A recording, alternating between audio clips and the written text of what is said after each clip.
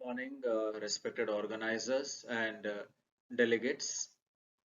So, I'm Dr. Samuel Wesley, and my topic for presentation is contribution of education in contemporary India. So, this year our country has completed 75 years of independence. So, in this journey, education has played a very important role.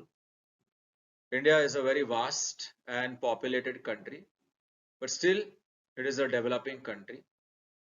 Hence, education is one of the most vital components that will help in changing the status of India from a developing nation to a developed nation. To any country, education is important. Education is a very important factor in the economic development of any country. India, since the early days of independence, has always focused on improving the literacy rate in our country. Even today, the government runs many programs to promote primary and higher education in India. Education raises people's productivity and creativity and promotes entrepreneurship and technological advances. In addition, it plays a very crucial role in securing economic and social progress and improving income distribution. Even to the present day, our government is conscious about the importance of education in society, as in the words of our Prime Minister, Mr. Narendra Modi. A society that does not give importance to education cannot progress. Let there be any government, it must have a vision to make India shine in the field of education. This is quoted by Prime Minister Narendra Modi. If there is a growth in education, that country will develop. In the same manner, in our country, from the beginning, after our independence, we have given much importance to education. There are many people who have sacrificed their entire life for education, before independence as well as after independence. Still, the struggle continues to give education an important role. Government is trying very hard to make children educated. So many individuals are working very hard. Recently, there have been many examples in our country. Poor children still go to work with their parents in the field, but individual teachers are trying their best to go to rural areas and teach children and make a difference in their lives. They even bathe the children and keep them clean. Still, our literacy rate has not reached that much, but in the last 75 years, India has achieved a lot because in a populated country, it is difficult to reach every corner. Now, education under the British rule, British colonial rule brought with it the concept of a modern state, a modern economy, and a modern education system. The education system was first developed in the three presidencies, Bombay, Calcutta, and Madras. Then in the early 1900s, the Indian National Congress called for national education, placing an emphasis on technical and vocational training.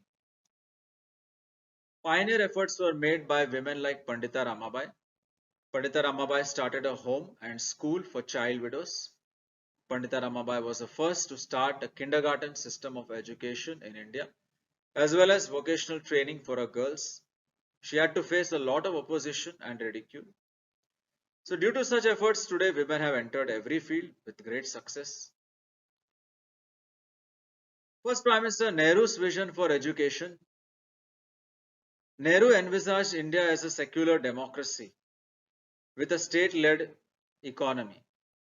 Education for all and individual development were seen as crucial tools to unite a country which was divided on the basis of wealth, caste, and religion. After independence, the school curricula was imbued with the twin themes of inclusiveness and national pride, placing emphasis on the fact that India's different communities could live peacefully side by side as one nation. So the legacies of this Nehruvian approach to education are notable in the entrenchment of the pluralist secular perspective in the minds of the Indian people. Subsidized quality higher education through institutions such as the IIT, that is Indian Institute of Technology, IIM, that is Indian Institute of Management. They formed a major contribution to the Nehruvian vision of a self-reliant and modern Indian state. and now they rank among the best higher education institutions in the world. It has been argued that access for some marginalized communities continues to be limited. But still, there is some positive discrimination, and Dalit and tribal households, they have received state patronage and it has helped them and it has created roles that help democracy survive in India. Kotari Commission was established and education for modernization, national unity and literacy, drawing on Nehru's vision. Kotari Commission was set up for a coherent education policy for India. According to this commission, education was meant to increase productivity, develop social and national unity, consolidate democracy, modernize the country, and develop social, moral, and spiritual values. And to achieve this, the main pillar of Indian education policy was to be free and compulsory education for all children up to the age of 14. Other features included development of the languages, equality of educational opportunities, prioritization of scientific education, research, eradicate illiteracy, provide adult education. And India's curriculum prioritized study of mathematics and the science. This was actively promoted by Kotari Commission, which argued that India's development needs were better met by engineers and scientists than historians. So several efforts were taken. And in 1986, Prime Minister Rajiv Gandhi introduced a new education policy to prepare India for the 21st century. So this policy emphasized need for change. Education in India stands at the crossroads today. According to the new policy, 1968 policy goals were achieved. More than 90% of country's rural population were within 1 kilometer of schooling facilities. And modern states had adopted a common education structure. But some change was required. There was a need for change.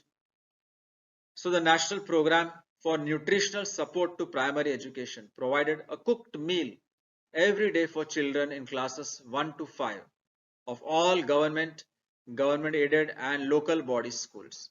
And in some cases, grain was distributed on a monthly basis, subject to minimum attendance.